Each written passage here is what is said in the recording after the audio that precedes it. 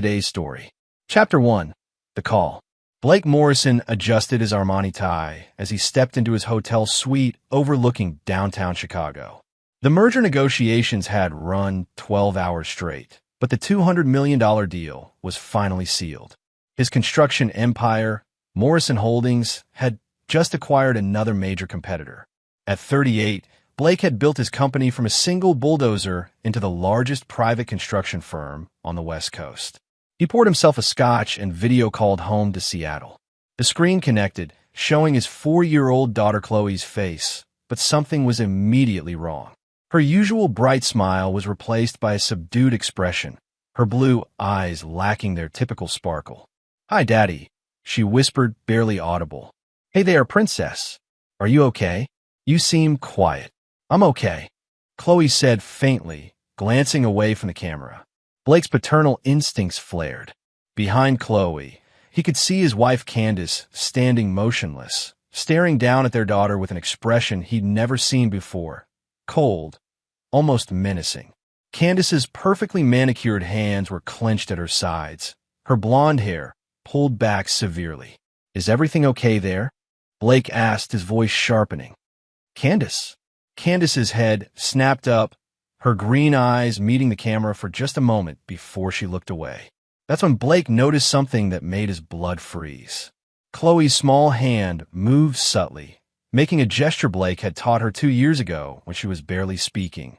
3 fingers pressed together, thumb touching pinky. It was their secret signal, something he'd shown her to use if she ever felt scared or unsafe and couldn't speak freely. "Everything's fine," Candace said, stepping into view with a forced smile. "Chloe's just tired. Time for bed, sweetie." But Blake caught it, the slight tremor in Candace's voice, the way she positioned herself between Chloe and the camera, and most importantly, the desperate look in his daughter's eyes as she made the sign again before the call ended. Blake stared at the blank screen, his mind racing. In 8 years of marriage, Candace had never shown anything but loving care toward Chloe. She'd given up her marketing career to be a stay-at-home mother, seemingly devoted to their family. But that look, that stance, it was territorial, possessive, and threatening.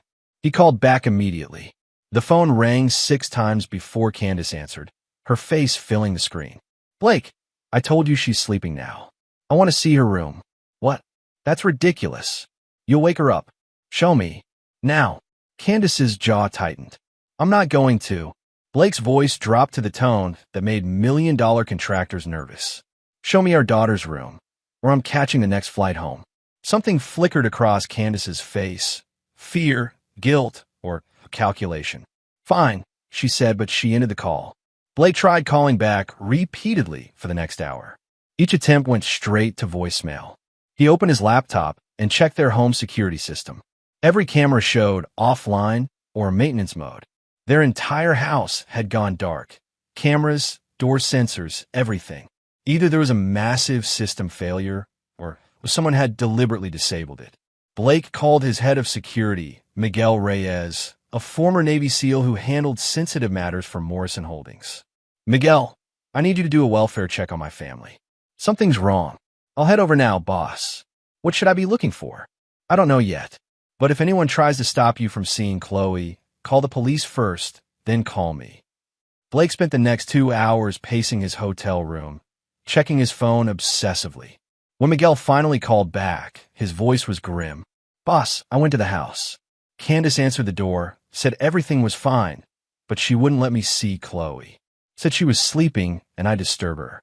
When I insisted, she threatened to call the police on me for harassment. "What about the security system?" She claimed it was being serviced. But here's the thing. I saw a car parked around the corner. Black BMW, tinted windows. When I walked toward it, it drove off quickly.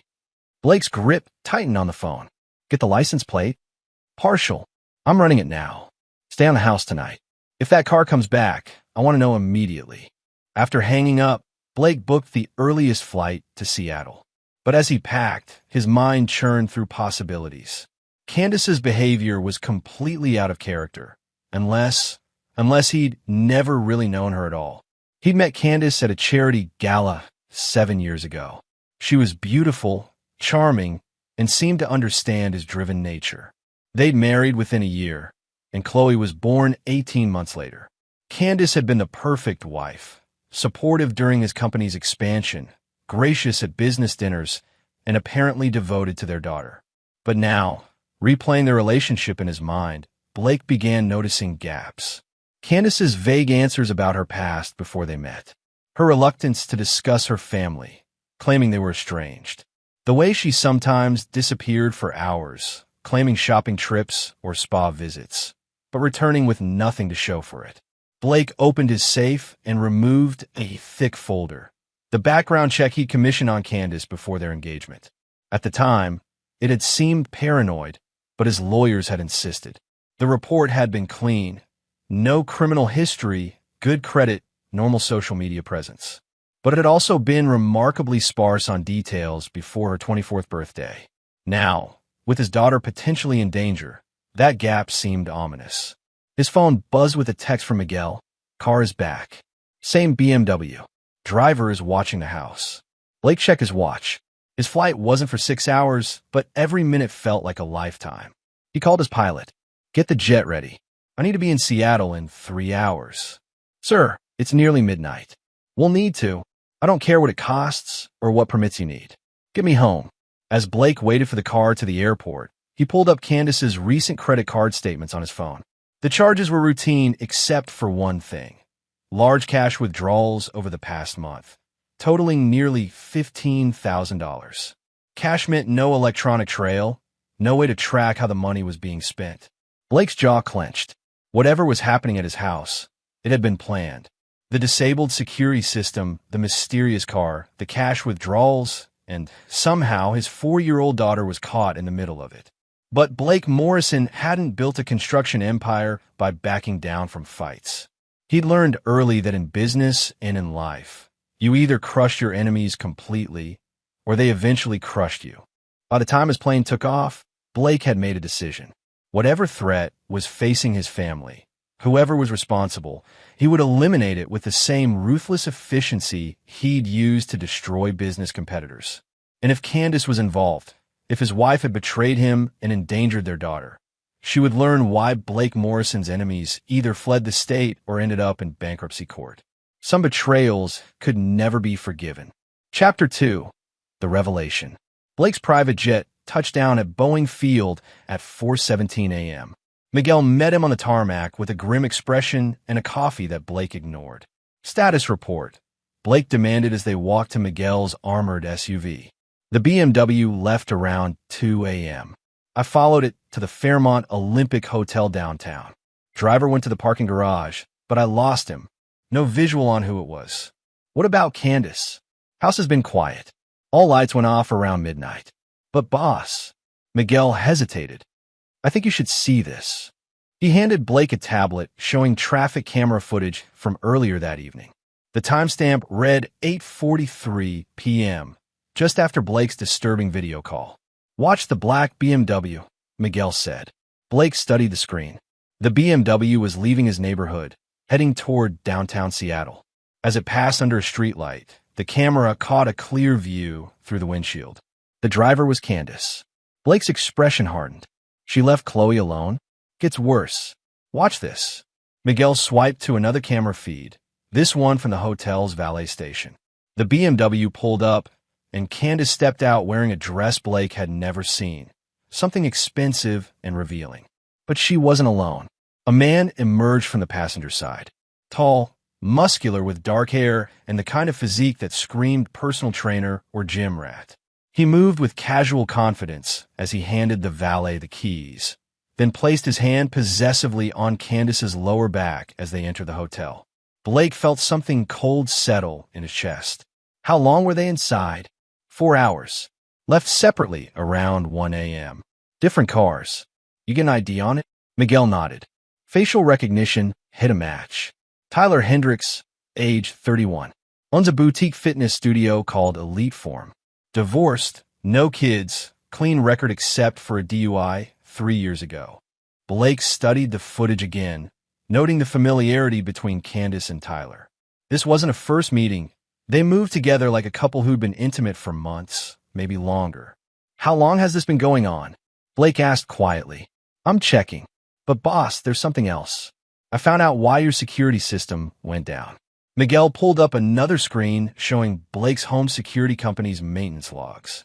Someone called yesterday afternoon claiming to be you, saying you wanted the system temporarily disabled for privacy reasons during a family matter. They had your account information, your social security number, everything needed to authenticate. Candace had access to all that information. Yes, sir. She planned this. Blake stared at the footage of his wife entering a hotel with another man while their 4-year-old daughter was home alone. The betrayal cut deep, but what enraged him more was the calculated nature of it. Candace hadn't just cheated. She'd deliberately left Chloe vulnerable to enable her affair. Take me home, Blake said. I want to see my daughter. The drive to his Bellevue mansion took 20 minutes.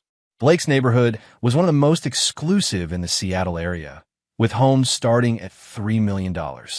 His own house, a 12,000-square-foot modern fortress, sat on 5 acres of meticulously landscaped grounds. He designed it himself, with state-of-the-art security, a safe room, and clear sight lines from every window, all of which Candace had circumvented with a simple phone call. Blake used his key to enter quietly through the front door. The house was silent, except for the grandfather clock in the foyer, chiming 5 a.m. He climbed the stairs to Chloe's room, his footsteps muffled by Persian rugs. Chloe's door was slightly ajar. Blake pushed it open and saw his daughter sleeping peacefully in her princess-themed bed, clutching her favorite stuffed elephant. She looked small and vulnerable in the large room, and Blake felt his rage intensify. How could Candace have left her alone?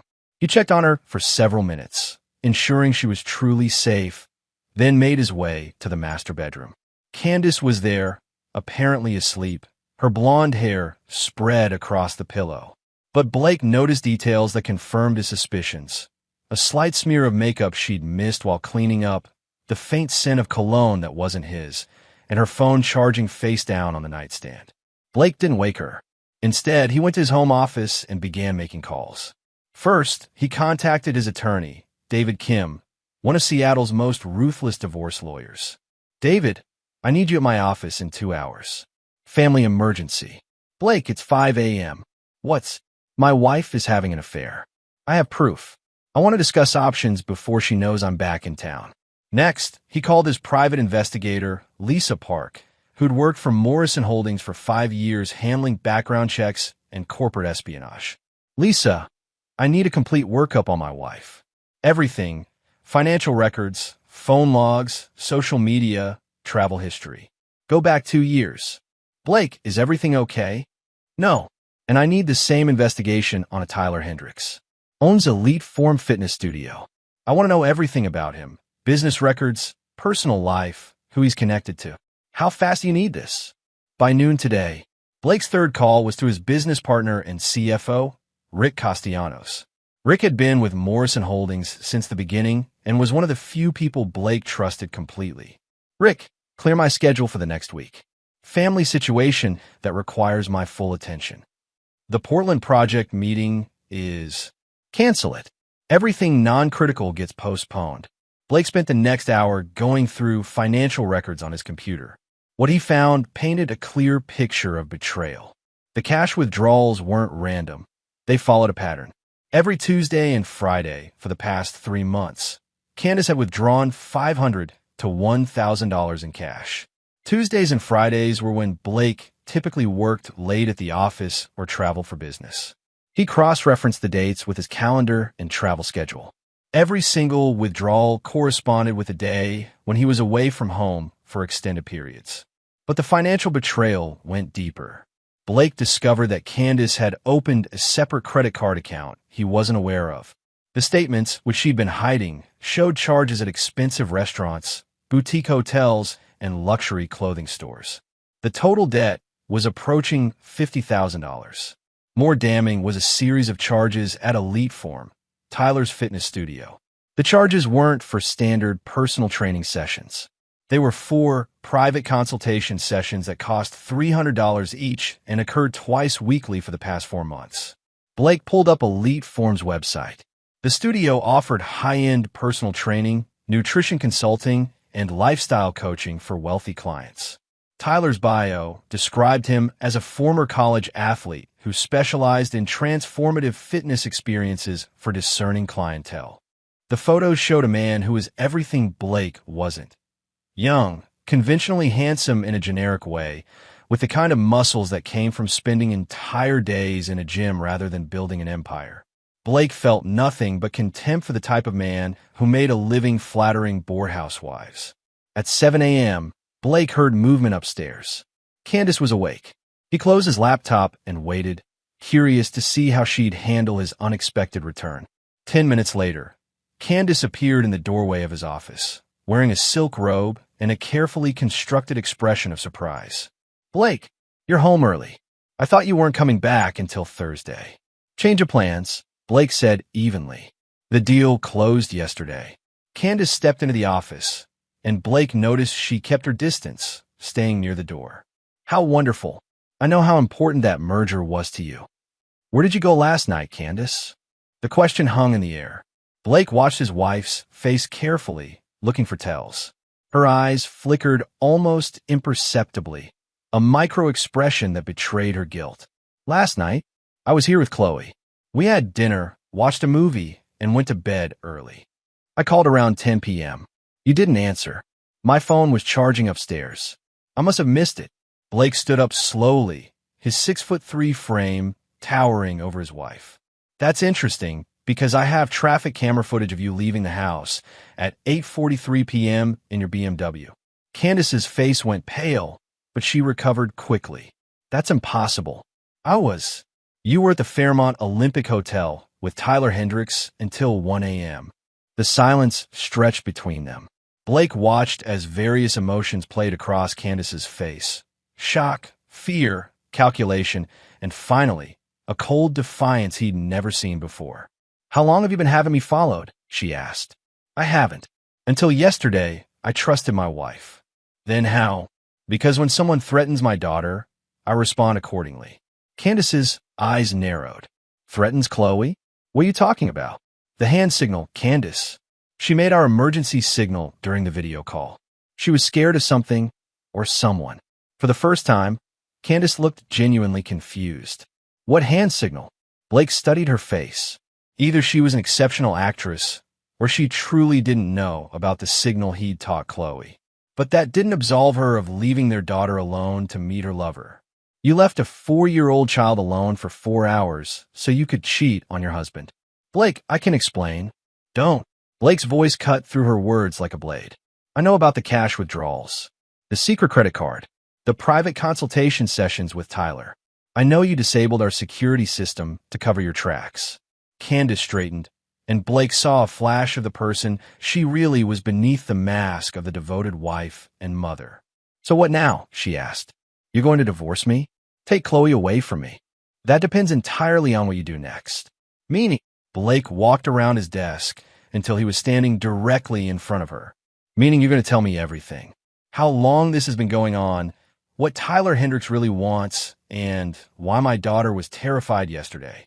And if I don't," Blake's smile was cold and dangerous, "then you'll discover why people who cross Blake Morrison tend to lose everything they value." Candace stared at him for a long moment, then laughed, a bitter, humorless sound. "You think you know everything, don't you? But you have no idea what you've stumbled into, Blake. Tyler isn't just some trainer I'm sleeping with." "Then enlighten me." "He's Chloe's biological father." The words hit Blake like a physical blow. He felt the world tilt slightly, his carefully controlled expression faltering for just a moment. "That's impossible. Chloe is my daughter." "Your daughter," Candace said with venom, "has never had a DNA test. And Tyler has been very patient about claiming what's his." Blake stared at the woman he'd thought he knew, seeing a stranger's face looking back at him. But even as the revelation shattered his world, his mind was already adapting, calculating, planning. If Candace thought this bombshell would destroy him, she'd badly underestimated who she was dealing with. Blake Morrison had built his empire by turning disasters into opportunities. And this betrayal, this unforgivable, calculated destruction of his family, would be no different. By the time he was finished, Candace and Tyler would learn that some wars are won not by who strikes first, but by who strikes last. Chapter 3. The Investigation. Blake maintained his composure as Candace's words echoed in his mind. Tyler has been very patient about claiming what's his. The implication was clear. This wasn't just an affair, it was a calculated plan to destroy his family and steal his daughter. "Get out," Blake said quietly. "Blake, we need to talk about." "Get out of my office." Now. Candace must have recognized something lethal in his tone because she backed toward the door. "This doesn't have to be ugly, Blake. Tyler and we can work something out. Financial arrangements that benefit everyone." Blake's hands clenched into fists. They weren't just planning to take Chloe. They were planning to extort him for the privilege. "You have 30 seconds to leave this room before I do something we'll both regret." Candace fled, her footsteps rapid on the hardwood floors. Blake heard her bedroom door slam upstairs. He sat back down at his desk and forced himself to think logically. If Tyler Hendricks truly believed he was Chloe's biological father, that changed everything. This wasn't a simple affair. It was a long-term strategy to claim his daughter and likely his wealth. Blake pulled up his calendar from 4 years ago, around the time Chloe would have been conceived. He and Candace had been trying for a baby for months. There had been fertility consultations, carefully tracked ovulation cycles, and what he'd thought was mutual excitement about starting a family. Now he wondered if Candace had been scheduling her affair around those same cycles. His phone rang. Lisa Park, his private investigator. "Blake, I've got preliminary findings on Tyler Hendricks. You're not going to like this. Tell me." Elite Form Fitness Studio is bleeding money. Hendricks is 3 months behind on rent, has defaulted on equipment loans, and owes about $80,000 in various debts. The business is essentially bankrupt. Blake felt a piece of the puzzle click into place. So he needs money. Gets worse. I dug into his personal history. Hendricks has a pattern of targeting wealthy older women. His ex-wife divorced him after catching him with a client, a real estate heiress who ended up giving him $50,000 before her family intervened. A con man. Professional grade. But here's the interesting part. I found social media photos of him from 5 years ago. Guess where he was working? Blake waited. The gym where your wife had her membership. Cascade Fitness on Mercer Island. They were connected before you even knew she was pregnant. The betrayal went even deeper than Blake had imagined. Candace hadn't fallen for Tyler during a moment of weakness. She'd been planning this deception for years. What about her financial records? Still compiling, but I found something immediate. 3 weeks ago, Candace consulted with a family law attorney. Patricia Mills, one of the most aggressive divorce lawyers in Seattle, specializes in high-asset divorces where fathers lose custody. Blake's jaw tightened. They're planning to take Chloe. Looks that way. I'll have the complete report by noon. But Blake, if they're claiming Tyler is the biological father, they might have genetic evidence. After hanging up, Blake immediately called David Kim, his attorney. "David, I need an emergency DNA test for Chloe. How quickly can that be arranged? If you have custody consent from both parents, we can have results in 24 hours. But Blake, if you're questioning paternity, we need to discuss the legal implications. Just set it up. I'll handle the consent." Blake's next call was to Dr. Sarah Williams, Chloe's pediatrician and a family friend. "Sarah, I need a favor. Can you come to my house this morning to collect a DNA sample from Chloe? It's for legal purposes." "Blake, is everything okay?" "That's an unusual request. Family situation. I can't explain details, but I need this done quietly and quickly. I could be there in 2 hours." Blake spent the next hour reviewing everything he knew about Tyler Hendricks. He pulled up the man's social media profiles, business records, and credit history.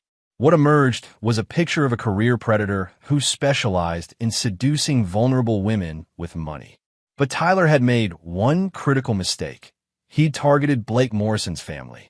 Blake opened his laptop and began making notes for the plan forming in his mind. Tyler wanted to claim Chloe and extort money from him. Blake would give him exactly what he deserved.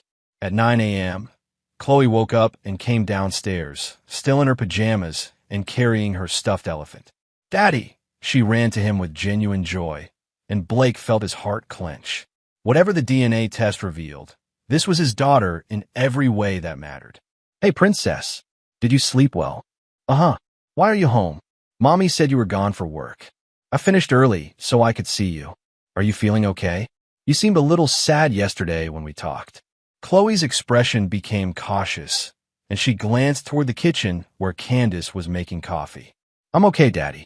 But Blake noticed she stayed close to him, her small hand gripping his shirt. Whatever had happened yesterday, Chloe still felt safer with him than with her mother. Dr. Williams arrived at 11 a.m. with her medical bag and a discreet DNA collection kit.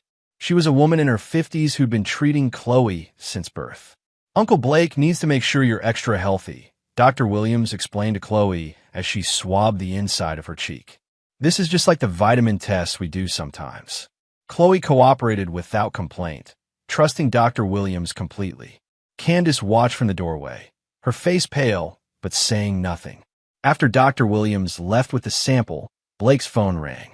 Miguel, boss, I got eyes on Tyler Hendricks. He's at his gym, but he's not alone. There's a woman with him. Looks like a lawyer based on the briefcase and business attire. Can you get photos? Already done. Sending them now. Blake's phone buzzed with several high-resolution images. The woman was Patricia Mills, the divorce attorney Lisa had mentioned. She and Tyler were sitting in his office, documents spread across the desk between them. Blake forwarded the photos to David Kim with a text. The opposition is planning their strategy. We need to move faster. At noon, Lisa Park arrived with a thick folder containing her complete investigation. Blake, this is bigger than just an affair and a paternity claim, she said, spreading documents across his desk. Tyler Hendricks and Patricia Mills have worked together before. Explain. 2 years ago, they collaborated on a case involving a tech executive named Robert Chun. Similar situation. Tyler seduced the man's wife, claimed to be the father of their child, and Patricia Mills represented the wife in divorce proceedings.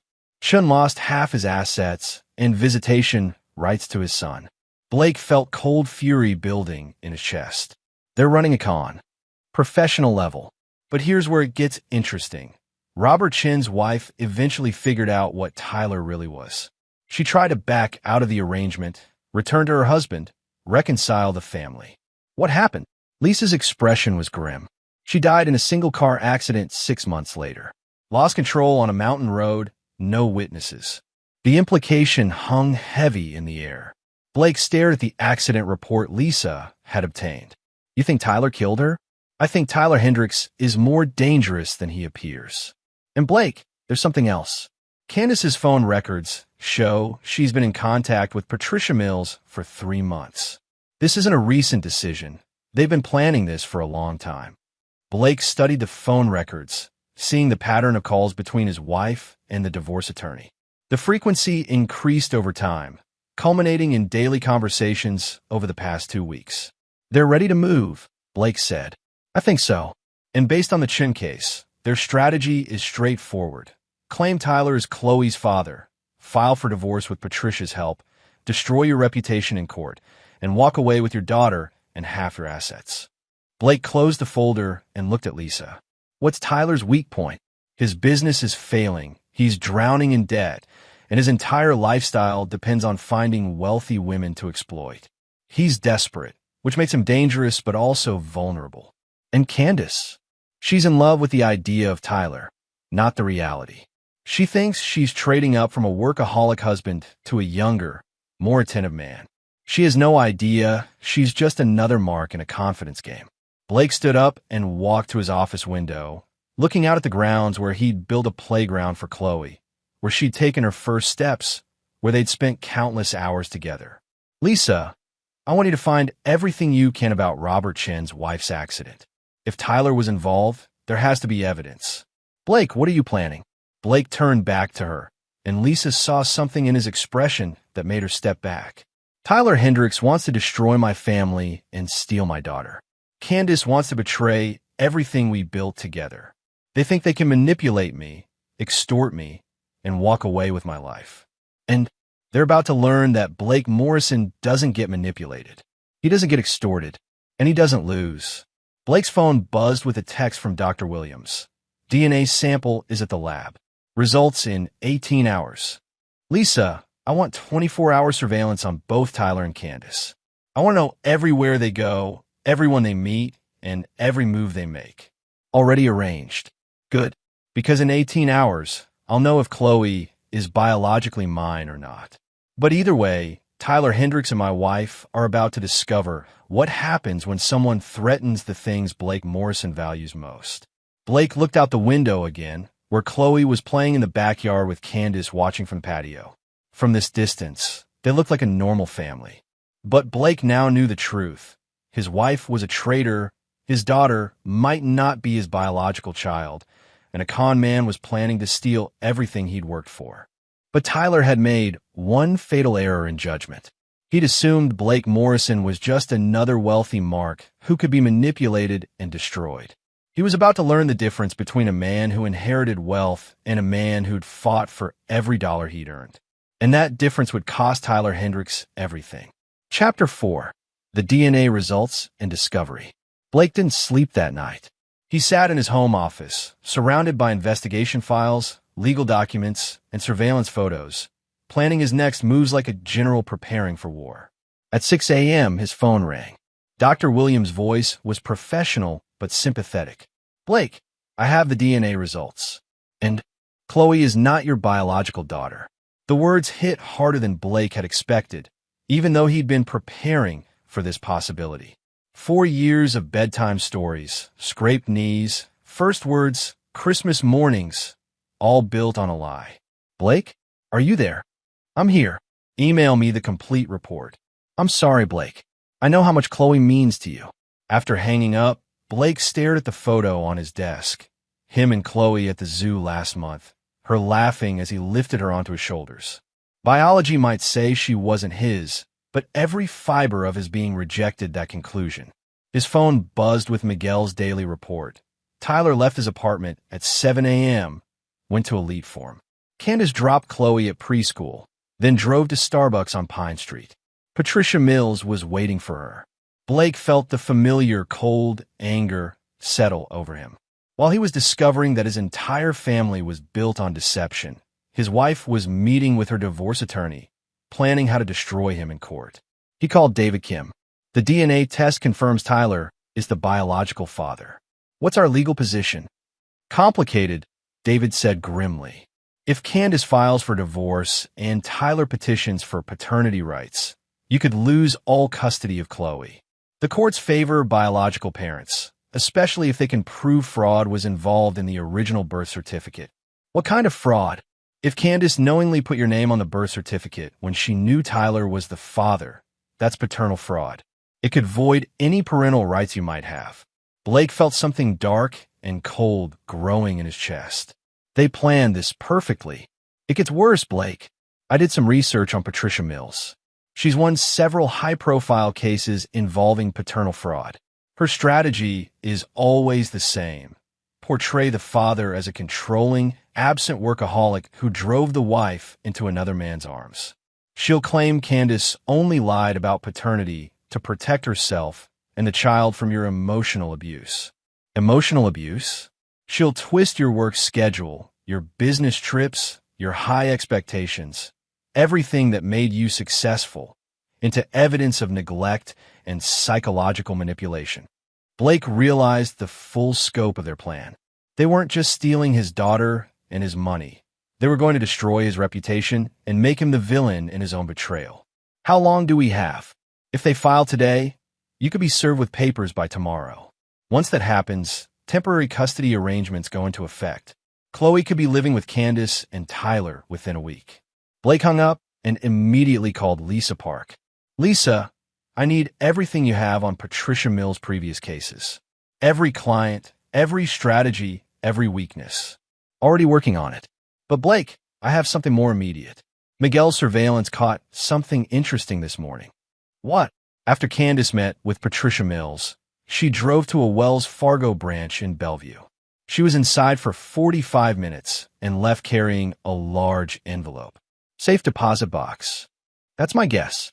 Miguel followed her back home, but she made 2 phone calls on the way.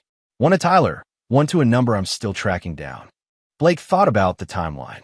DNA results confirmed. Meeting with divorce attorney. Trip to safe deposit box. Coordinated phone calls. They were implementing their plan today. I'm coming to your office, Blake told Lisa. I want to see everything we have. Blake drove to Lisa's downtown Seattle office, his mind focused despite the emotional chaos of the past 24 hours. Lisa Park Investigations occupied the 15th floor of a glass tower with views of Elliott Bay. Blake had used Lisa's services for 5 years, and she'd never failed to deliver results. Lisa's conference room was set up like a war room, whiteboards covered with photos, timelines, and connection maps. At the center was a detailed profile of Tyler Hendricks. Tyler isn't just a con man, Lisa explained as Blake studied the information. He's part of a larger operation. Patricia Mills has represented 7 women in the past 3 years who all had relationships with fitness trainers or yoga instructors before filing for divorce. A pattern. More than that, it's systematic. Look at this. Lisa pointed to a timeline showing the 7 cases. Each woman was married to a wealthy man. Each had an affair with a younger fitness professional. Each filed for divorce, claiming paternal fraud or emotional abuse. And each case was handled by Patricia Mills. Blake studied the names and photos. How much money are we talking about? Combined settlements totaling $47 million over 3 years. Patricia Mills takes 30% of all settlements, which means she's earned over $14 million from this scheme. And Tyler's cut? Hard to calculate exactly, but based on his lifestyle upgrades and the timing, I'd estimate he's made about $3 million. Blake felt the pieces clicking together. They're targeting wealthy men specifically. Gets worse. I found the connection between Tyler and Patricia Mills. They're not just business partners, they're romantically involved. Have been for 4 years. Blake stared at the surveillance photos showing Tyler and Patricia Mills in intimate settings, holding hands at dinner, leaving her apartment together, sharing what looked like more than professional conversations. So Candace is just a mark to both of them. Exactly. Tyler seduced her as part of the con, but his real relationship is with Patricia Mills. They're using your wife to destroy your family and steal your wealth. Blake felt a strange sense of satisfaction. Candace thought she was trading her marriage for true love, but she was actually just another victim in a confidence game. Lisa, I want everything on their previous victims. Contact information, case details, settlement amounts, everything. Already compiled. But Blake, there's something else you need to see. Lisa opened another folder containing medical records and accident reports. Remember Robert Chin's wife, who tried to back out of the con? Her death wasn't an accident. I found a witness, a park ranger who saw Tyler Hendricks hiking in the area the day she died. He was supposed to be in Seattle, but his cell phone pinged a tower near the accident site. Blake studied the evidence. He killed her to protect the operation. I think so. And Blake, I'm worried about Candace. If she ever figures out what Tyler really is, if she tries to reconcile with you or back out of the divorce.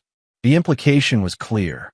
Tyler Hendricks had killed before to protect his criminal enterprise, and he wouldn't hesitate to kill again.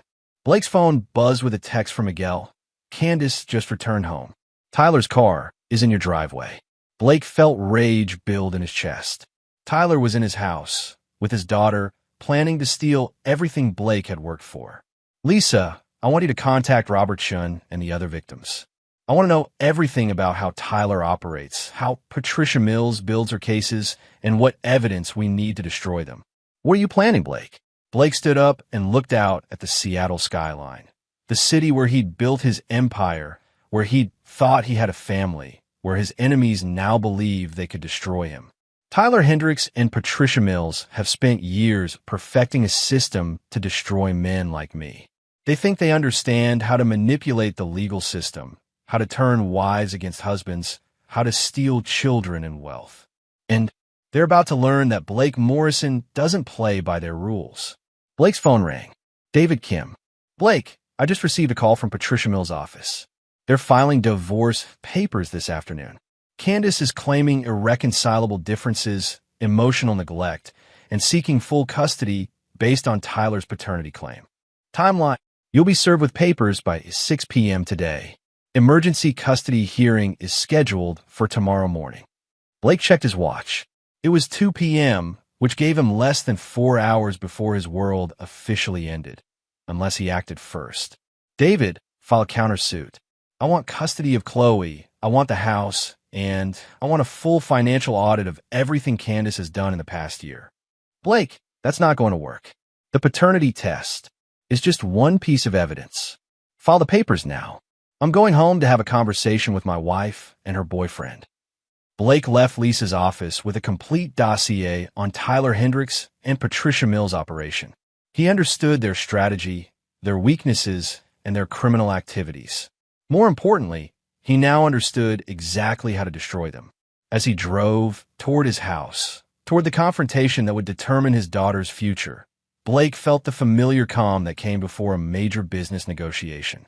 Tyler and Candace thought they held all the cards, but they'd made one critical error. They'd assumed Blake Morrison would fight fair.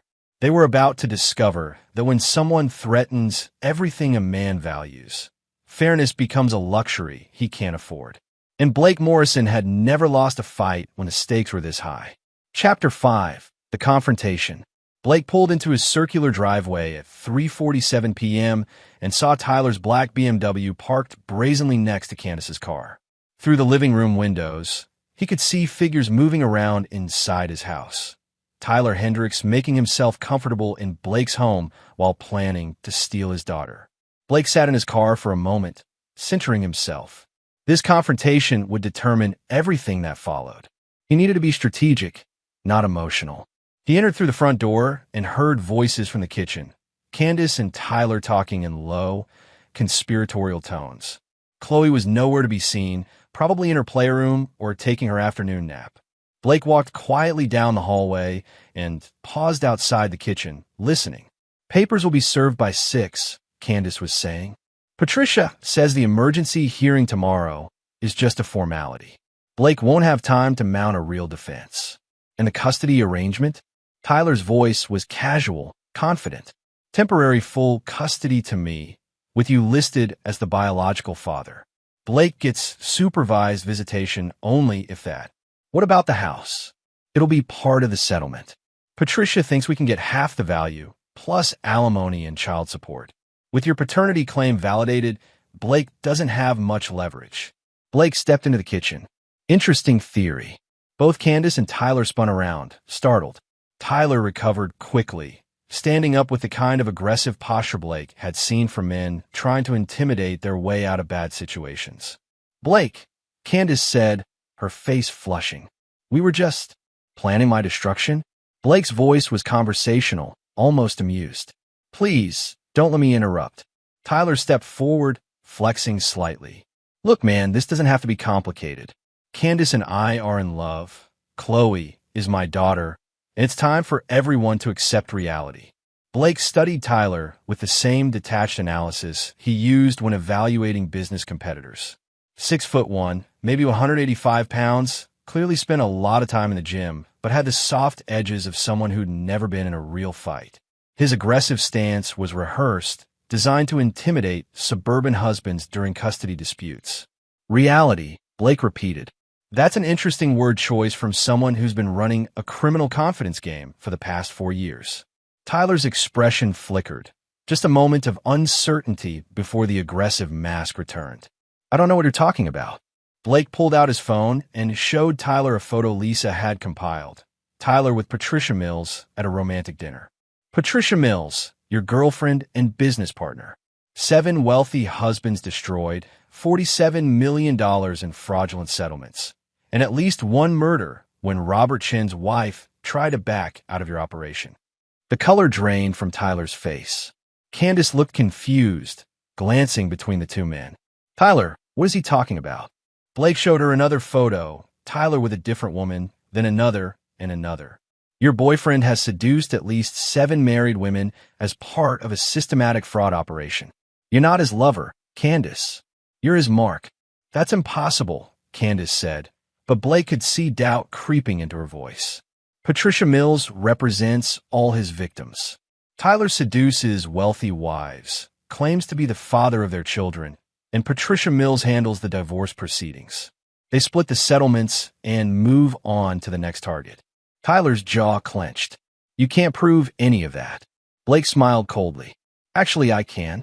I have surveillance footage of you with Patricia Mills, financial records showing your partnership, and witness testimony from Robert Shun about what you did to his family. Blake pulled up another photo on his phone, crime scene images from the car accident that killed Chen's wife. This is what happens when one of your victims tries to back out. Isn't it, Tyler? Tyler's carefully constructed confidence began to crack. You're insane. That was an accident. A park ranger saw you hiking near the accident site the day she died. Your cell phone pinged a tower 20 miles from where you claim to be. And there are brake marks on the road that suggest her car was deliberately forced off the cliff. Candace sank into a chair, staring at Tyler with growing horror. Tell me this isn't true. Tyler ignored her, focusing on Blake with new wariness. Even if any of that was real, it doesn't change the fact that Chloe is my daughter. I have paternity rights. Do you? Blake's smile became predatory. Because I have some interesting news about your DNA test. Blake pulled out another document, one Lisa had obtained from the lab that processed Tyler's paternity claim. Your test was processed by Northwest Genetics Labs, wasn't it? The same lab Patricia Mills uses for all her paternity cases. The same lab that's been falsifying DNA results for the past 3 years as part of your operation. Tyler's eyes widened. That's impossible. The lab technician is named Marcus Webb. Ring any bells? He's Patricia Mills' cousin, and he's been altering test results in exchange for a cut of your settlements. I have financial records showing payments from Patricia Mills to Marcus Webb totaling $300,000 over 3 years. Blake watched as Tyler's world collapsed around him. The DNA test, the cornerstone of their entire plan, was fraudulent. But that means, Candace whispered, that means Tyler Hendricks is not Chloe's biological father, Blake said. He never was. The entire paternity claim is based on fabricated evidence. Tyler lunged forward, his careful facade finally cracking completely. You son of a... Blake caught Tyler's wrist effortlessly.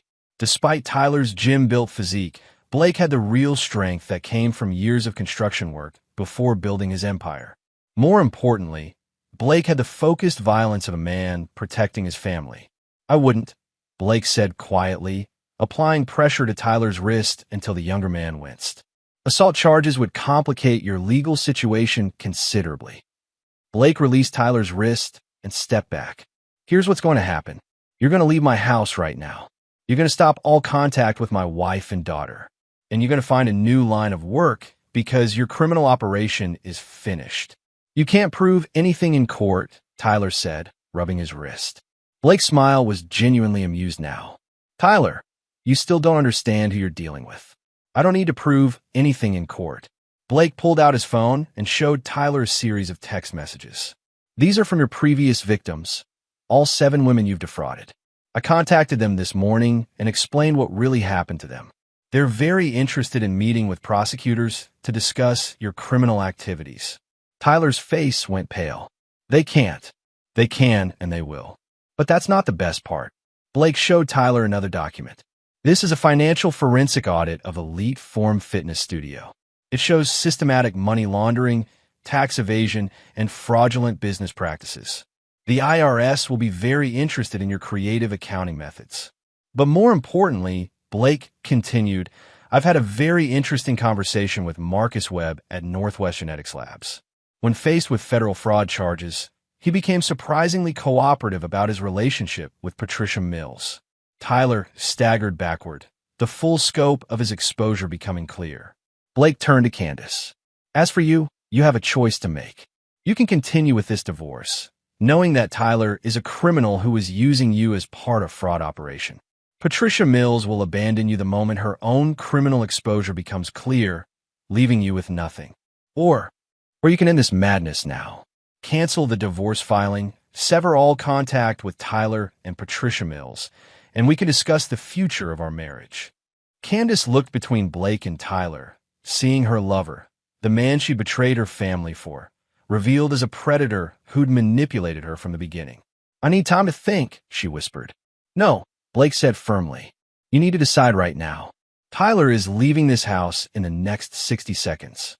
The question is whether you're going with him or staying to face the consequences of what you've done to our family. Tyler straightened, tried to recover some dignity. Candace, don't listen to him. He's just trying to manipulate you. Blake laughed, a cold, genuinely amused sound. Tyler, after everything you've done, you're accusing me of manipulation? Blake pulled out his phone one more time and played a recording.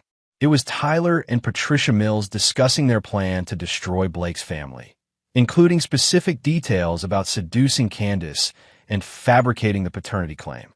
I've been recording all of your conversations for the past week, Blake explained. Your phones, your meetings, even your intimate moments with Patricia Mills.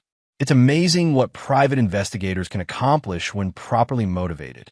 Tyler's legs seemed to buckle slightly. The recording was evidence of conspiracy, fraud, and criminal enterprise. Combined with the testimony from previous victims, it would destroy him completely. 50 seconds, Tyler. Tyler looked at Candace one last time, perhaps hoping she'd choose to run away with him. But Candace was staring at the floor, her world shattered by the revelation of Tyler's true nature. This isn't over, Tyler said to Blake as he headed toward the door. Blake's voice followed him. You're absolutely right, Tyler. It's not over. It's just beginning. After Tyler left, Blake and Candace sat in silence for several minutes. Finally, Candace looked up at him with tears in her eyes. I'm sorry, Blake. I thought he loved me. Blake studied his wife. The woman who'd betrayed him, endangered their daughter, and nearly destroyed their family for a man who'd been manipulating her from the beginning. Candace, you need to understand something. Tyler being a criminal doesn't excuse what you did. You still chose to have an affair. You still chose to lie about Chloe's paternity. You still chose to plan my destruction. I know, but there are no buts. You betrayed everything we built together. Candace wiped her eyes. What happens now? Blake looked toward the staircase, knowing Chloe was somewhere upstairs, innocent of the adult manipulations that had nearly torn her world apart. Now we find out if there's anything left of our marriage worth saving. But Candace, understand this. If you ever betray me or endanger Chloe again, Tyler Hendrick's fate will seem merciful compared to what I'll do to you. Candace shivered at something she saw in Blake's eyes. Are you threatening me? I'm stating a fact. You've seen what I'm capable of when my family is threatened. Tyler thought he was smart, thought he could manipulate and destroy me. Where is he now? Outside. They heard Tyler's BMW speeding away from the house, fleeing the wreckage of his criminal enterprise. Blake stood up. Clean yourself up. We're going to have dinner as a family, and you're going to explain to me exactly how we're going to rebuild the trust you destroyed. As Candace headed upstairs, Blake's phone buzzed with a text from Lisa Park. Patricia Mills just withdrew from all active cases and is reportedly fleeing to Canada. Tyler's gym has been raided by federal agents. Marcus Webb is in custody. Blake smiled grimly. Tyler Hendrick's criminal empire was collapsing exactly as Blake had planned. But the war wasn't over yet. Tyler still had to pay for threatening Blake's daughter. And that payment would be far more personal than criminal prosecution could provide. Some debts could only be settled with blood. Chapter 6. The Hunt Begins. 3 days after Tyler's humiliating departure from Blake's house, the full scope of the criminal operations collapse became clear. Patricia Mills had fled to Vancouver, but was arrested at the airport on federal fraud charges. Marcus Webb, the lab technician, had provided evidence in exchange for a plea deal. Elite Form Fitness Studio was seized by the IRS, leaving Tyler homeless and nearly penniless. But Blake Morrison wasn't satisfied with Tyler's financial ruin. The man had threatened Chloe, manipulated his wife, and planned to steal his family. That required a more personal response. Blake sat in his office reviewing reports from Lisa Park. Tyler had been staying at cheap motels around Seattle, burning through his remaining cash. His criminal partners had abandoned him, his assets were frozen, and his carefully constructed life was in ruins. But Tyler was also desperate, which made him dangerous. He's been asking around about guns, Miguel reported during their morning briefing. Nothing traceable, but he's looking for protection or planning something stupid. Where is he now? Motel 6 in Renton. Room 237. Hasn't left in 18 hours except for food runs. Blake studied surveillance photos of Tyler, unshaven, paranoid, constantly looking over his shoulder. The confident predator who'd invaded Blake's home had been reduced to a frightened animal. Any contact with Candace? None.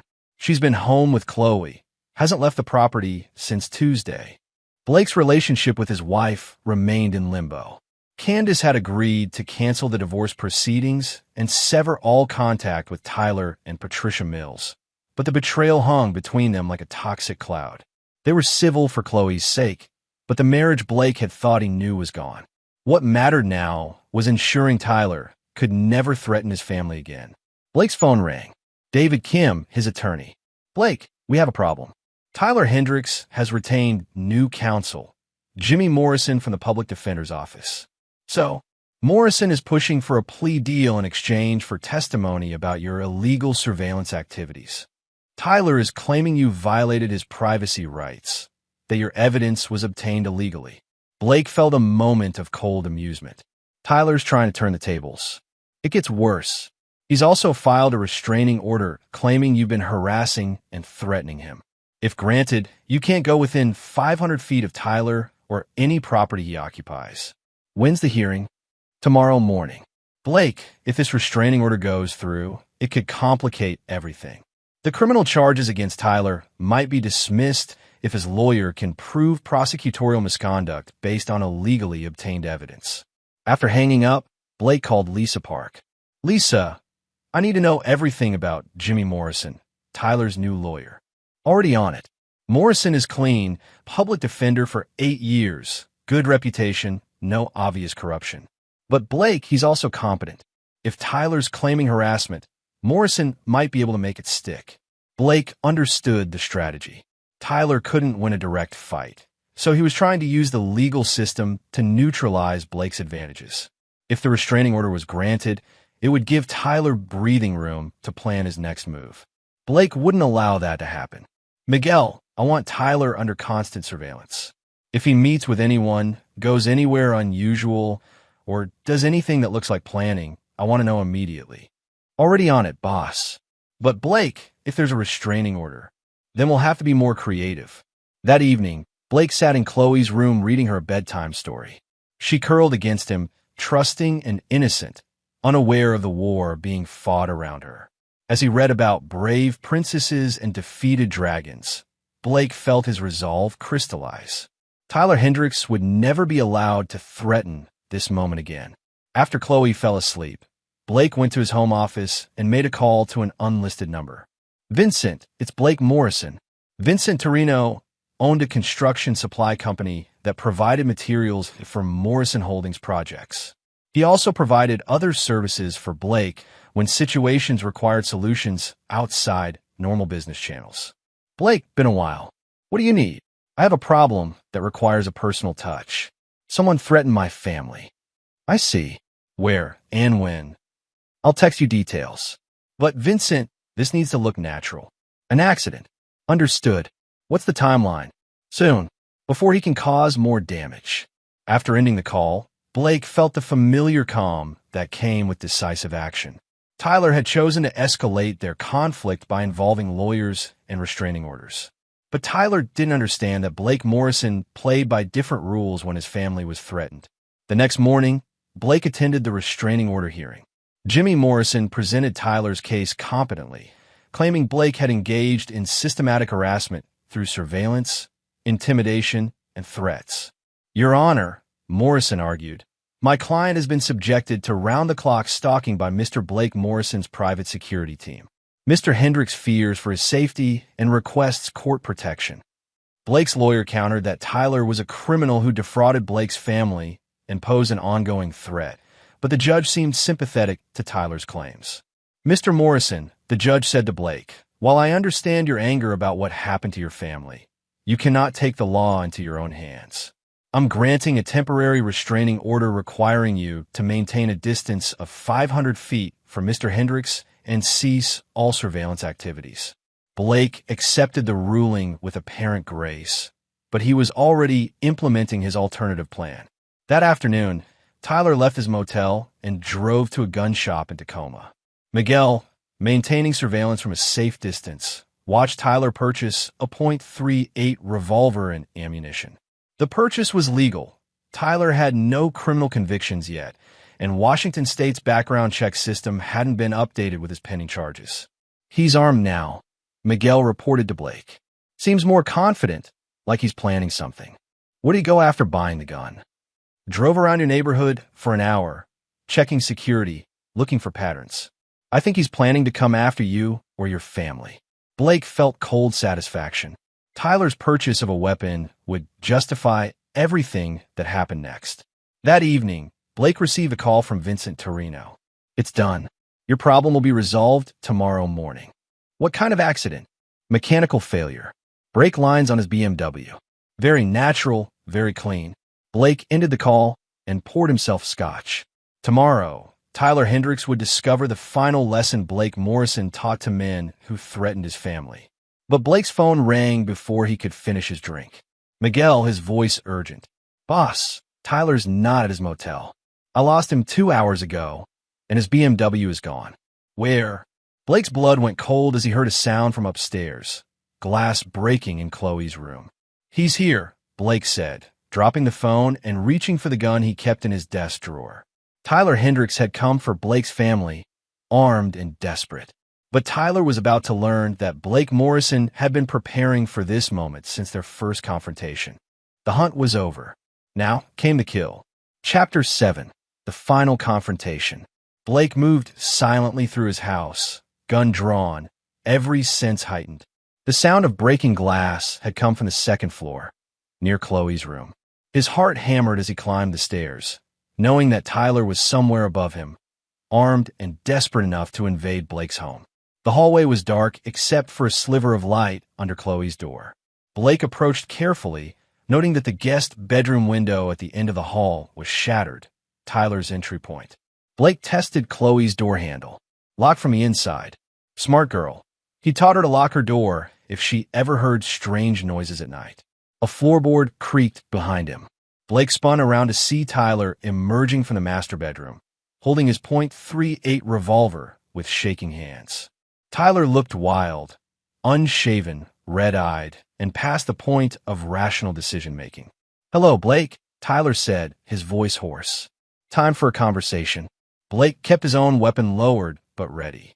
"You made a mistake coming here, Tyler." "Did I?" "Because it seems like I hold all the cards now." Tyler gestured with the gun toward the stairs. "Let's go downstairs, away from the kid." Blake calculated distances and angles. Tyler was about 15 feet away, nervous and clearly inexperienced with firearms. His grip was wrong, his stance was unstable, and his finger was on the trigger, dangerous but also likely to miss if he fired in panic. "Where's Candace?" Blake asked, moving slowly toward the stairs. "Locked in the bathroom downstairs." "Don't worry, she's fine." For now. They descended the stairs together, Tyler keeping the gun trained on Blake's back. In the living room, Blake could hear muffled sounds from the powder room, Candace calling for help through the locked door. "Sit down," Tyler ordered, pointing to the leather chair where Blake often read evening reports. Blake sat but kept his gun concealed beside his leg. "What do you want, Tyler?" "What I want?" Tyler laughed bitterly. "I want my life back. I want the business you destroyed, the money you cost me, the future you stole. You did that to yourself when you chose to run a criminal operation." "Criminal operation?" Tyler's eyes blazed. "You think you're so much better than me? You think your money makes you righteous?" Tyler began pacing, the gun wavering as his emotions overwhelmed his limited self-control. "I worked for everything I had," Tyler continued. "You were just born lucky, inherited everything from Daddy's construction company." Blake almost smiled. Tyler's research had been as flawed as everything else about his operation. "I built Morrison Holdings from nothing, Tyler. I started with a single bulldozer and a $50,000 loan." "Bullshit. My father was a drunk who lost his construction business when I was 16. I've been working since I was 14, concrete, framing, roofing, anything that paid. I built my company with my own hands and my own blood." Blake could see his words affecting Tyler, undermining the narrative Tyler had built to justify his criminal activities. "That doesn't change anything," Tyler said, but his voice lacked conviction. "You still destroyed my life." You destroyed your own life when you chose to be a predator instead of a man. Tyler's face flushed with rage. You want to talk about being a man? A real man doesn't hide behind lawyers and private investigators. A real man faces his enemies directly. Is that what you think you're doing here? Being a man. Blake slowly stood up, his gun still concealed. Tyler raised his weapon, but didn't fire. He wanted to talk, to justify his actions, to make Blake understand his twisted logic. I love Candace, Tyler said. I really loved her. Not like you, treating her like another business asset. I made her feel alive again. You made her feel like a mark in your confidence game. That's not true. Then why are you here with a gun instead of trying to win her back with love? Tyler's hand shook as the contradiction hit him. If he truly loved Candace, breaking into Blake's house to threaten his family was hardly romantic. Because you poisoned her against me, Tyler said, but his voice was weaker now. You made her think I was using her. I showed her the truth. Your relationship with Patricia Mills, your previous victims, your criminal enterprise. Candace made her choice based on facts, not manipulation. Tyler's face crumpled slightly.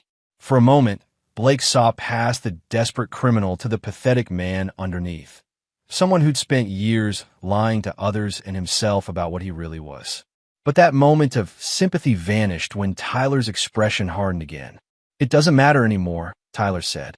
You destroyed everything I cared about. Now I'm going to return the favor. Tyler raised the gun toward Blake's chest, his finger tightening on the trigger. Blake moved. Years of construction work had given Blake reflexes and strength that Tyler's gym workouts couldn't match. Blake dove sideways, bringing up his own weapon as Tyler fired. The shot went wide, splintering the wall behind where Blake had been sitting. Blake rolled behind the couch as Tyler fired again, this shot smashing a lamp. Tyler, Blake called out. This ends badly for you no matter what happens. Put the gun down and walk away. Tyler's response was another wild shot that destroyed a family photo on the mantelpiece. Blake analyzed the situation. Tyler was panicking, firing randomly, and would soon run out of ammunition. But each shot risked hitting Candace in the bathroom or Chloe upstairs. Blake made his decision. He stood up from behind the couch, his gun aimed directly at Tyler's center mass. Drop your weapon. Tyler spun toward him, bringing his gun up desperately. But Tyler was an amateur facing a man who'd learned to shoot in the Marines and practiced regularly at private ranges. Blake's shot was precise and final. Tyler Hendricks dropped to Blake's hardwood floor, his gun clattering away, blood pooling beneath him. His eyes were wide with shock and pain, but still alive. Blake approached carefully, kicking Tyler's gun out of reach. Tyler tried to speak, but could only make gurgling sounds. You threatened my daughter, Blake said quietly, standing over the dying man. That was unforgivable. Tyler's eyes fixed on Blake's face, perhaps finally understanding the type of man he'd chosen as an enemy. Then his eyes went blank. Blake checked Tyler's pulse to be certain, then called 911. This is Blake Morrison at 15847 Bellevue Hills Drive. I've just shot an armed intruder who broke into my home and threatened my family. The threat has been neutralized. Blake unlocked the powder room door, releasing Candace, who collapsed into his arms sobbing. Then he went upstairs to check on Chloe, who was still locked safely in her room. Daddy. Chloe's voice was small and frightened through the door. It's okay, princess. The bad man is gone. You can come out now. When police arrived, they found Blake holding his daughter while Candace sat in shock on the living room sofa, carefully positioned so she couldn't see Tyler's body. The investigation was straightforward. Tyler had broken into Blake's home, armed with an illegal weapon. The restraining order made his presence criminal and threatened Blake's family. Blake had acted in self-defense to protect his wife and daughter. The responding officer was Sergeant Maria Santos, a 20-year veteran who'd worked dozens of home invasion cases. Mr. Morrison, can you walk me through what happened? Blake provided a clear, factual account of Tyler's invasion and threats. The physical evidence supported his story: broken window, Tyler's gun, multiple bullet holes showing Tyler had fired first. Any idea why this man targeted your family? Tyler Hendricks was involved in a criminal operation that defrauded my family. He was facing federal charges and apparently blamed me for his legal troubles. Sergeant Santos examined Tyler's body and the crime scene. Clean shooting, Mr. Morrison. Definitely self-defense. As paramedics removed Tyler's body and crime scene technicians processed the evidence, Blake sat with Chloe and Candace in the kitchen. His daughter had recovered quickly. At 4 years old, she didn't fully understand what had happened, only that Daddy had protected them from a bad man. Candace was struggling more. She kept staring at the living room where Tyler had died, perhaps finally understanding the full scope of what her affair had cost. "Is it over?" she asked Blake quietly. Blake looked at his wife. The woman who'd betrayed him, endangered their daughter, and nearly destroyed their family. Tyler's death had ended the immediate threat, but it hadn't healed the deeper wounds. "Tyler's dead," Blake said. "His criminal operation is finished. Patricia Mills and Marcus Webb are facing federal charges. So yes, that part is over. And us." Blake studied Candace's face. She looked older, worn down by guilt and trauma. The confident woman who'd planned his destruction just days ago had been replaced by someone broken and uncertain. "That depends on you, Candace. Tyler manipulated you, but you still chose to betray our family. That's not something I can just forgive and forget." "I know, but Blake, I want to try. I want to rebuild what we had." Blake looked at Chloe, who was coloring at the kitchen table, humming quietly to herself. Whatever happened between him and Candace, his daughter deserved stability and love. "We'll see," Blake said. "But Candace, understand this. I will never trust you the way I did before. You've shown me who you really are when tested. I won't forget that." Candace nodded, tears in her eyes. "I understand." 3 hours later, after police finished their investigation and the house was quiet again, Blake sat in his office reviewing the events of the past week. Tyler Hendricks was dead, his criminal operation destroyed, and Blake's family was safe. But as Blake looked at photos of happier times with Candace and Chloe, he realized that some victories came at a cost that could never be fully calculated. Tyler had lost his life, but Blake had lost something too. The innocence of believing his family was secure, the trust that his wife would choose him over temptation, and the simple peace of a life without enemies. Still, as Blake listened to Chloe's laughter from the playroom upstairs, he knew he'd made the right choices. His daughter was safe, his enemies were defeated, and his empire remained intact. In the end, that was what mattered most. Some men built legacies through conquest and destruction. Blake Morrison built his through protection and ruthless defense of everything he valued. And anyone who threatened that legacy learned, as Tyler Hendricks had learned, that Blake Morrison's mercy had limits, but his vengeance did not. Chapter 8, The Reckoning. 2 weeks after Tyler Hendricks died on Blake's living room floor, the full consequences of their war began to emerge. The police investigation had cleared Blake of any wrongdoing. Justified self-defense was the official ruling. But the ripple effects of Tyler's criminal operation continued to spread through Seattle's legal and social circles. Blake sat in his attorney David Kim's office reviewing the final reports from Lisa Park's investigation. Patricia Mills had been sentenced to 12 years in federal prison for conspiracy, fraud, and money laundering. Marcus Webb received 5 years for falsifying DNA tests. 7 previous victims of their operation were filing civil suits against Tyler's estate, though there was little money left to recover. "The interesting development," David said, "is that 3 of Tyler's previous victims have reached out to thank you personally." Blake looked up from the reports. "Thank me? Robert Chin's brother flew in from San Francisco yesterday. Apparently, your investigation into Tyler's operation finally gave him closure about his sister-in-law's death. The other victims feel vindicated that Tyler faced consequences for what he did to their families." Blake felt no satisfaction from Tyler's death. Killing another man, even in self-defense, wasn't something to celebrate. But he was glad that Tyler's other victims had found some measure of justice. What about the federal investigation? Closed. FBI concluded that Tyler acted alone after his criminal operation collapsed. No evidence of outside conspiracy or ongoing threats. Blake nodded. Tyler's death had ended more than just his life. It had eliminated the entire criminal network that had destroyed multiple families. And Candace? David's expression became more guarded. She's agreed to continue marriage counseling, but Blake, you need to understand that rebuilding trust after betrayal this deep, it may not be possible. Blake had been attending weekly counseling sessions with Candace, trying to salvage their marriage for Chloe's sake. But every session reinforced the fundamental truth. Candace had chosen to betray him when faced with temptation. That choice revealed something about her character that couldn't be erased or forgotten. Blake left David's office and drove to Morrison Holdings headquarters in downtown Seattle. He'd been away from daily operations for 2 weeks, and there were critical decisions waiting for his attention. But as he sat in his corner office overlooking Elliott Bay, Blake found himself thinking about the price of the war he'd won. Tyler Hendricks was dead, but Blake's marriage was destroyed. His family was safe, but the trust that had held them together was gone. He'd protected his empire, but at the cost of becoming a killer.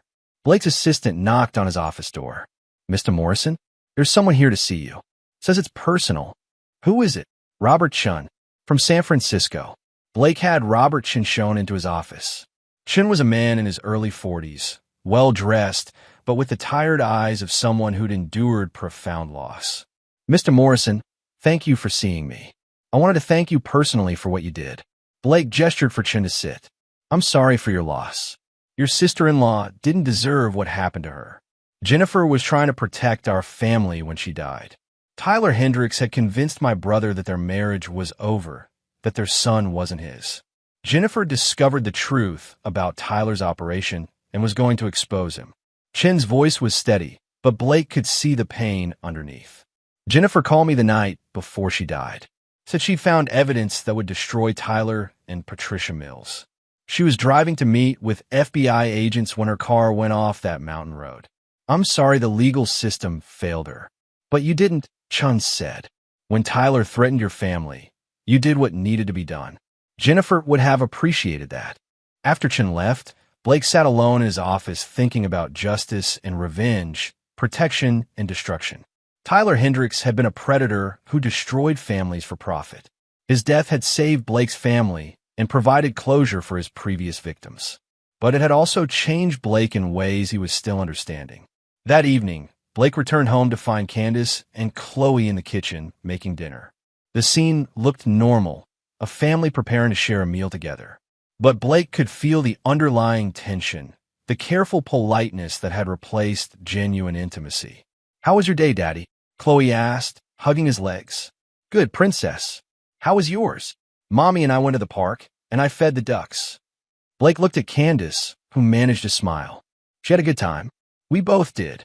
During dinner, they maintained the facade of a normal family. Chloe chattered about her day. Candace asked about Blake's work, and Blake responded appropriately.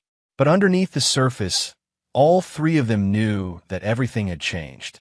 After Chloe went to bed, Blake and Candace sat in the living room, carefully avoiding the area where Tyler had died, which had been professionally cleaned but still felt contaminated to both of them.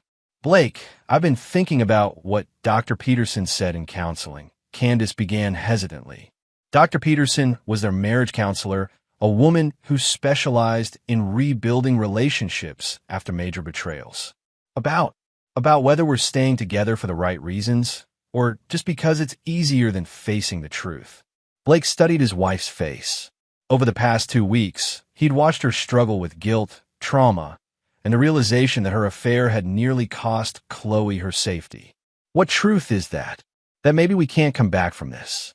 That maybe try to rebuild our marriage is just postponing the inevitable. Blake felt a mixture of relief and sadness.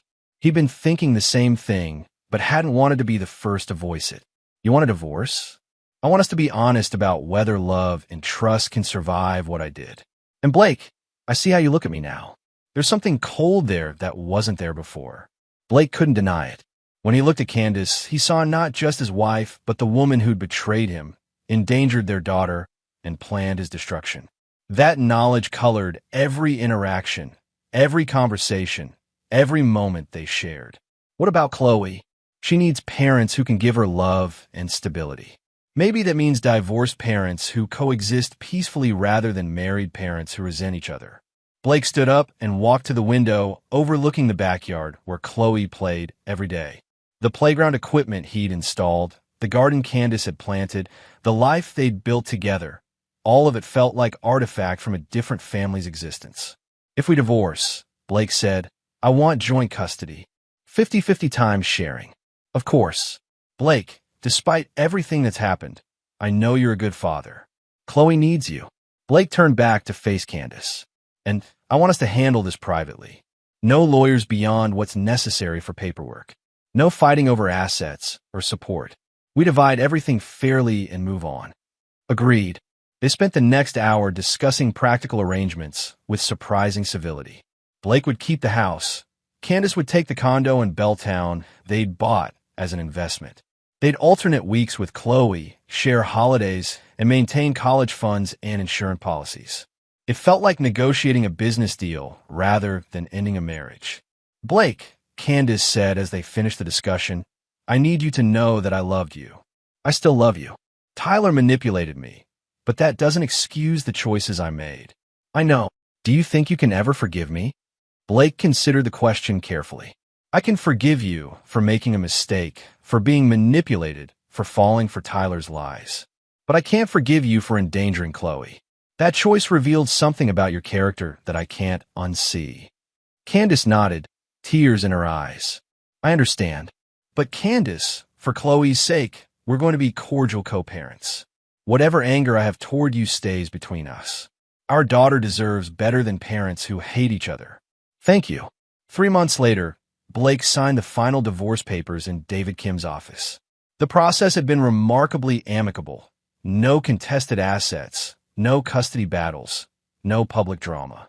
They'd even attended Chloe's preschool graduation together, sitting side by side and applauding their daughter's achievements. But as Blake drove away from the law office, officially single for the first time in 8 years, he felt not relief, but a profound sense of completion. The war that had begun with Tyler's criminal operation was finally, truly over. Blake had protected his daughter, defeated his enemies, and secured his empire. The cost had been his marriage, his innocence, and one man's life. But as he picked up Chloe for his first official week of joint custody, watching her face light up with joy at seeing him, Blake knew he'd made the right choices.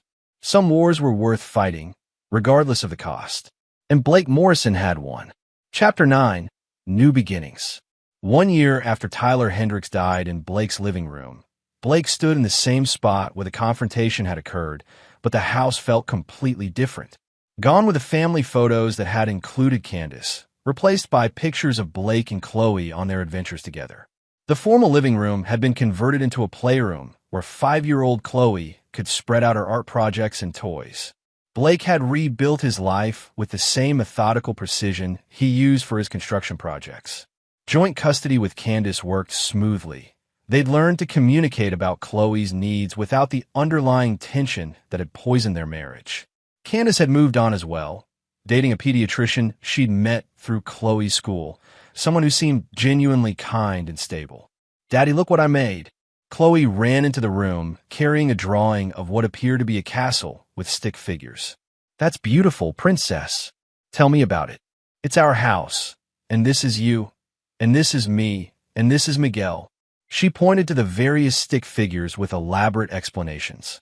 Blake smiled at the inclusion of Miguel, his head of security, who'd become something of an uncle figure to Chloe. Miguel's presence had been essential during the transition period, helping maintain security and stability while Blake navigated single parenthood. "Mr. Morrison?" Miguel appeared in the doorway. "Lisa Park is here for your meeting." Blake had been expecting Lisa. Today marked the first anniversary of Tyler's death, and Blake had commissioned a final report on the lasting effects of their investigation. Lisa entered the playroom with a thick folder, but her expression was lighter than Blake had seen in months. "Good news?" Blake asked as Chloe returned to her coloring. "The best. Patricia Mills was found dead in federal prison yesterday. Apparent suicide, but the inmates I spoke with suggested it was more complicated than that. Prison justice for someone who destroyed families." Blake felt no satisfaction from Patricia Mills' death, but he understood the poetic justice. She'd spent her career destroying families for profit, and ultimately face consequences from people who valued family loyalty above all else. What about the other victims? All 7 families are doing well. Robert Chin remarried last month, a woman who lost her husband to cancer, and are blending their families together. The other couples either reconciled after learning the truth about Tyler's manipulation or divorced amicably once they understood what really happened. Lisa pulled out another document. But the most interesting development is this. She handed Blake a letter from the FBI's white-collar crime division. They're offering you a consulting contract. Your investigation into Tyler's operation was more thorough than anything they could have produced. They want your expertise for similar cases. Blake read the letter with interest. The FBI was offering him a significant consulting fee to help investigate other confidence operations that targeted wealthy families. Are you interested? Blake considered the offer. His construction business ran smoothly without his daily oversight, and he discovered an aptitude for investigation and justice that went beyond protecting his own family. I'll think about it. After Lisa left, Blake spent the afternoon with Chloe in their backyard. She was riding her bicycle while he watched, marveling at how quickly she'd grown and adapted to their new life. The trauma of that night a year ago seemed to have left no lasting effects on her. Children were remarkably resilient when surrounded by love and stability. That evening, as Blake tucked Chloe into bed, she asked a question that caught him off guard. "Daddy, do you miss Mommy?" Blake considered how to answer honestly, but age-appropriately. "I miss the family we used to be, Princess, but I'm happy with the family we are now." "Me too. I like having 2 houses and 2 bedrooms and seeing you and Mommy separately sometimes." Blake smiled at her pragmatic acceptance of their arrangement. "Why is that?" "Because you and Mommy are happier now. And when grown-ups are happier, kids are happier too." Blake was struck by her wisdom. Out of the mouths of babes, Chloe had understood something that had taken him months to accept. Their family was different now, but it was also healthier. After Chloe fell asleep, Blake sat in his home office reviewing the FBI's offer. Taking the consulting contract would mean using his skills to help other families threatened by predators like Tyler Hendricks. It would also mean potentially dangerous work, but Blake had already proven he could handle such dangers. His phone rang. Vincent Torino, the man who'd helped arrange Tyler's accident that never happened. "Blake, just wanted to check in. Everything's still quiet on your end?" "Completely quiet, Vincent. Thanks for your concern. Good to hear. Word gets around about what happened to that Tyler character. People respect a man who protects his family properly." After hanging up, Blake reflected on the strange path his life had taken. A year ago, he'd been a successful businessman with what seemed like a perfect family. Now he was a divorced single father who'd killed a man in self-defense and was being recruited by the FBI. But despite everything that had changed, Blake felt more grounded than he had in years. He knew exactly who he was now, a man who protected what mattered most, regardless of the cost. Blake's computer chimed with an email from David Kim. The final financial audit of Tyler's criminal operation had been completed. Blake and the other victims would recover approximately 60% of their losses through asset forfeiture and insurance claims. But more importantly, the audit had uncovered evidence of additional crimes that would help prosecute other members of Tyler's network who were still alive. Justice would continue to roll out in waves, affecting criminals Blake had never even known existed. Blake printed the FBI's consulting offer and signed it. He'd found his new purpose, using the skills he'd developed protecting his own family to help protect others. As he prepared for bed, Blake walked through his house, checking locks and security systems out of habit. In Chloe's room, he paused to watch her sleep peacefully, surrounded by stuffed animals and night lights. This was what mattered. This was what he'd fought for and killed for and rebuilt his life around. His daughter's safety, her happiness, her future. Tyler Hendricks had threatened that future and paid with his life. Candace had betrayed that future and lost her marriage. Patricia Mills had profited from destroying such futures and died in prison. But Blake Morrison had protected what he valued most, and tomorrow he would help others do the same. Some men built legacies through conquest. Others built them through protection. Blake Morrison had learned the difference. and he would spend the rest of his life ensuring that predators like Tyler Hendricks never again threatened innocent families. As he turned off the lights and headed to his own room, Blake felt the deep satisfaction of a man who'd faced his worst fears and emerged victorious. He'd lost a wife, but gained clarity about what really mattered.